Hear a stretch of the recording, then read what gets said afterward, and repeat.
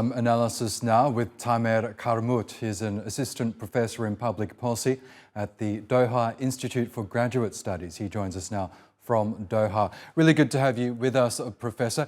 Can we begin with these reports of a potential proposal for a one-month truce? We know Qatar has emerged as a key broker in mediating between Israel and Hamas. How likely is it then that the two sides have agreed to this one-month cessation of hostilities? And what could the possible conditions be in order for that to take place?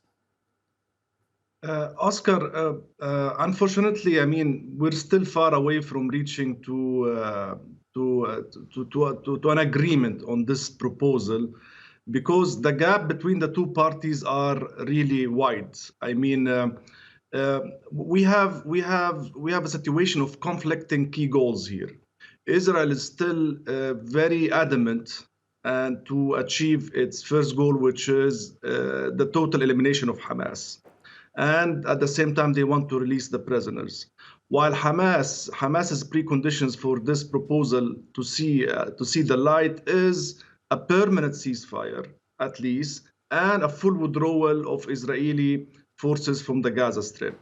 So far, these two issues have not been even touched in this proposal. There remain two main key obstacles.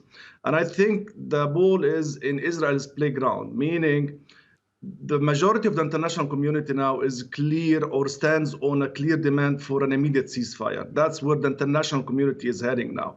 But Israel is not even there. For them, for them, they cannot see any permanent ceasefire without tackling down or toppling down Hamas. And unfortunately, on the ground, as we talk, for me, the real measures or the indicators are the ones happening on the ground. Israel have just managed to encirculate Haniyeh, which Israel claims to be a main hub for Hamas fighters. And following Israeli media as well, the Israeli public by large is very angry, and there are many politicians that say that we have already paid a heavy price in terms of losses and casualties in Israeli soldiers. So we should by no means stop this war now. We should continue to the end. So all these factors are to be taken into consideration when it comes to these negotiations. So far, from the indicators on the ground, I don't think that it will see the light anytime soon in the next couple of days or even weeks. Yes, and Professor, it's become increasingly clear that since the beginning of this latest conflict, Israel's goal has been to displace Palestinians from the north to the center and also from the south to the most southern point of Gaza, that being Rafah. At this point, it would appear to support the speculation that perhaps Israel's end goal here is to completely displace Palestinians from Gaza itself into another country. That's a proposal that's been rejected by many international players, such as the United States. But do you believe that is Israel's aim at this point, to somehow remove Palestinians from Gaza into some other territory? I think if it was up to the Israelis themselves, of course, they would be happy to do it now, immediately. But it's good that the U.S. so far is rejecting this. And also, it's not about the U.S. Let's not forget that key Arab states, especially Egypt, has drawn a red line on this. So that the Arabs have refused to engage in any of these proposals that involve any forced displacement or transfers of Palestinians outside of the Gaza Strip. I think what have been circulating so far, and especially after Secretary Blinken's latest visit, is a discussion on the future of Gaza that does not involve Hamas.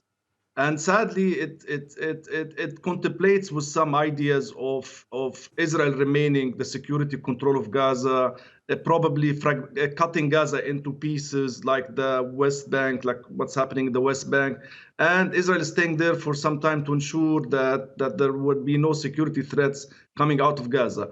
So what's being discussed so far is a reoccupation of Gaza, but it should not be a full occupation. More or less, it could be indirect occupation with some certain arrangements that involve involves, like, maybe the Palestinian Authority would have some rules, or some governing structures from within Gaza with the help with some Arab states, and maybe Turkey could have a rule. I don't know, but I think the focus of discussion is there.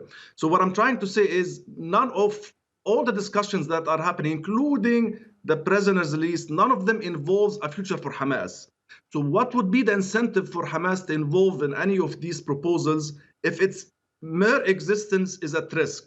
And that's the problem. The problem is neither the US nor the Israelis are willing to recognize and admit that Hamas is an idea. It's a mainstream political party in Palestine, even if they manage to destroy its military capabilities and defeat it on the ground, because they have the upper hand, obviously.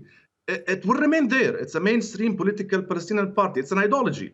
And the problem is for them to think again that they can impose something like Oslo, the previous peace agreement, impose a solution or some governance structures on the Palestinians without Palestinians from all political parties, Hamas and Fatah and the Islamic Jihad, have a say on it. It will fail again. These will be only temporary solutions that will freeze the conflict, but it will re-emerge again. And that's the problem. Okay, Tamer Qarmout, we will have to leave it there for now. Thank you so much for sharing your analysis with us.